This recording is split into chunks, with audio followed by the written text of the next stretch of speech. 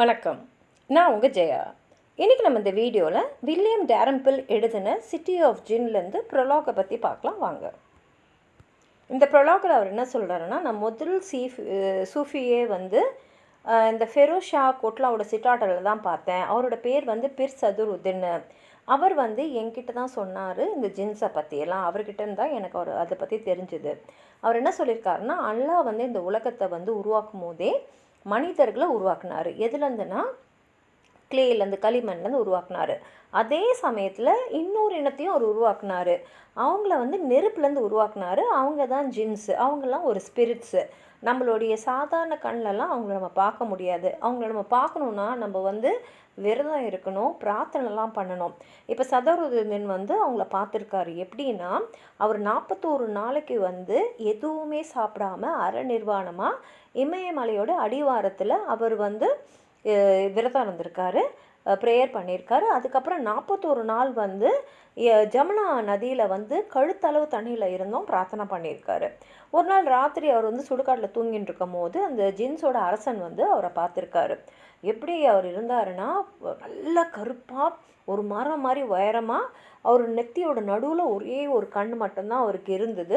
அவர் என்னை கேட்டார், உனக்கு என்ன வேணுமோ கேளு, நீ எது கேட்டாலும் நான் தரேன்னு. ஆனால் ஒவ்வொரு வாட்டி அவர் கேட்கும் போதும் நான் வேணானே சொல்லிட்டேன். அப்படின் போது இவர் அவர்கிட்ட கேட்டிருக்காரு, எனக்கும் நீங்கள் ஜின்னை காட்டுறீங்களான்னா, கண்டிப்பாக காட்டுறேன், ஆனால் நீ பார்த்தீங்கன்னா ஓடி போயிடுவேன்னு சொல்லியிருக்காரு.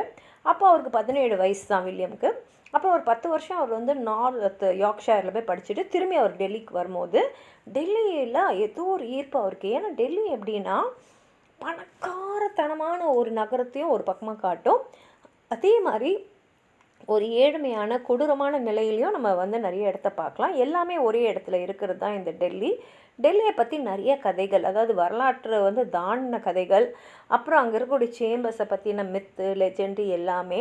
அவரோட ஃப்ரெண்ட்ஸ் எல்லாம் ஜன்பத்தை பற்றி சொல்லிட்டு கோவா பீச்சுக்கு ஓடும் போது இவருக்கு மட்டும் டெல்லி ரொம்ப பிடிச்சிருந்ததுனால அங்கேயே ஒரு ஆசிரமத்தில் ஒரு வேலையில் சேர்ந்துட்டு அங்கே அவர் தங்கி இருந்துட்டு டெல்லியை சுற்றி பார்த்துட்டு இருந்தார்.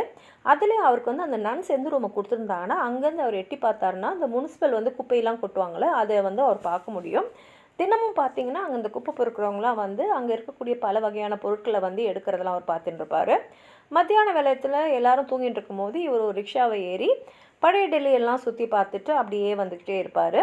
அதுவும் சம்மர் டைமில் அவருக்கு லுட்டியன்ஸ் டெல்லியை விட்டு வேறு எங்கேயாவது போய் சுற்றி பார்க்கணுன்னு தோணும். இந்த மரத்தடியில் அங்கே இங்கெல்லாம் சுற்றி பார்த்துட்டு அந்த டெல்லியில் இருக்கக்கூடிய மரங்கள், அந்த கார்டன்ஸ் எல்லாம் சுற்றி பார்ப்பார். அவர் சொல்கிற டெல்லி அழிவுகள் நிறையா இருக்கக்கூடிய இடமா இருந்தாலும் எனக்கு அது ரொம்ப பிடிச்சிருந்தது. ஏன்னா டெல்லியில் நியூ காலனிஸ் வந்துக்கிட்டே இருக்கும், ஆனால் அது பக்கத்துலேயே பழைய இடிஞ்சு போன கட்டிடங்களும் இருக்கும். அதாவது டாம் டவர்ஸு, பழைய மசூதிகள், அப்புறம் அந்த காலத்து இஸ்லாமிக் காலேஜஸ் எல்லாமே இருக்கும்.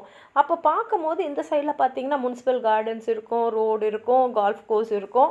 அதே மாதிரி நியூ டெல்லினா எல்லாமே புதுசாக அங்கே இருக்காது. அங்கேயும் பழையசெல்லாம் நிறையா இருக்கும். கிட்டத்தட்ட டெல்லியை ஆண்ட அத்தனை அரசாட்சியோடைய சுடுகாடுன்னு சொல்லலாம். ஏன்னா எல்லாமே அங்கே இருக்கும். சில பேர் என்ன சொல்கிறாங்கன்னா, டெல்லியிலேயே 7 டெட் சிட்டிஸே இருக்குன்றாங்க. இப்போ இருக்கக்கூடிய டெல்லி 8ன்றாங்க, சில பேர் 15ன்றாங்க, சில பேர் 21ன்னு சொல்கிறாங்க. அதனால் இங்கே இருக்கக்கூடிய அந்த அழிவுகளெல்லாம் பார்க்கும் போது எத்தனைன்னு சொல்ல முடியாது. ஆனாலும் பார்த்திங்கன்னா டெல்லியில் ஒரு தனித்தன்மை இருக்குது. இங்கே கட்டிடங்கள் மட்டும் இடிஞ்சு போனதெல்லாம் இல்லை, இங்கே இருக்கக்கூடிய மனிதர்கள் கூட ரூயின்ஸில் தான் இருக்காங்க. ஆனாலும் என்னவோ தெரியல, டெல்லி மட்டும் எப்போ பார்த்தாலும் ஒவ்வொரு நூற்றாண்டுலேயும் தன்னை புதுப்பிச்சுக்கிட்டே இருக்குது. இங்கே பஞ்சாப்லேருந்து வந்தவங்களும் இருக்காங்க. அவங்களோட வாழ்க்கையை பார்க்கும்போது நமக்கு 1980களில் டெல்லி எப்படி இருக்குன்னு தெரியும். அதே மாதிரி லோடி கார்டன்ஸ்லாம் போனீங்கன்னா ஒரு அரை நூற்றாண்டுக்கு முன்னாடி எப்படி இருந்திருக்குன்றது தெரியும். ஏன்னா அது ஊர்க்கா போட்ட மாதிரி அப்படியே இருக்குது. அதே மாதிரி நீங்கள் இந்த மக்கள் எப்படி இருக்காங்க, எப்படி அவங்க ட்ரெஸ் பண்ணிக்கிறாங்க பார்த்தீங்கன்னா 1946 இருந்த மாதிரியே மக்கள் இருக்காங்க. அங்கே இருக்கக்கூடிய அந்த யூனிக்ஸு, அதாவது திருநங்கைங்கெலாம் பார்த்தீங்கன்னா, அதாவது பழைய டெல்லியில் அவங்க அரசவையில் பேசுகிற உருது பேசுவாங்க. அவங்கெல்லாம் பார்க்கும்போதே கிரேட் முகல் இருந்த காலகட்டம் நமக்கு புரியும். அதே மாதிரி நிகாம்போத் கட்டில் பார்த்தீங்கன்னா அங்கே இருக்கிற சாதுஸ்லாம் மகாபாரதத்துலேருந்து இருக்கக்கூடிய இந்திரபிரசாத்ன்ற ஊர்லேருந்து வந்த மாதிரி இருப்பாங்க. அந்த மாதிரி பல வகையான நூற்றாண்டில் வாழ்ந்த மக்கள் எல்லாம் நம்ம அங்கே ஒரே இடத்துல பார்க்கலாம். 1000 வருஷத்துக்கு முன்னாடி வாழ்ந்த மக்கள்லாம் பக்கம் பக்கமே இருந்துன்னு ஒரே மாதிரியான வாழ்க்கையை, ஒரே மாதிரி தண்ணி குடிக்கிறது, ஒரே இடத்துல நடக்கிறது, அந்த மாதிரி நம்ம பார்க்கலாம். போன மாதம் தான் நான் திரும்பி சதுருதீனை வந்து பார்க்கும்போது தான் அவர் என்கிட்ட டெல்லியை பற்றி ஒரு ரகசியத்தை சொன்னார். என்னென்னா, இந்த டெல்லி வந்து இந்த ஜின்ஸோட சிட்டி. அதனால தான் எத்தனை பேர் வந்து இந்த ஊரை வந்து கைப்பற்றி இல்லைன்னா இதை எரிச்சிட்டு போனாலும் திரும்பி திரும்பி அது தன்னைத்தானே புதுப்பிச்சிருக்கு.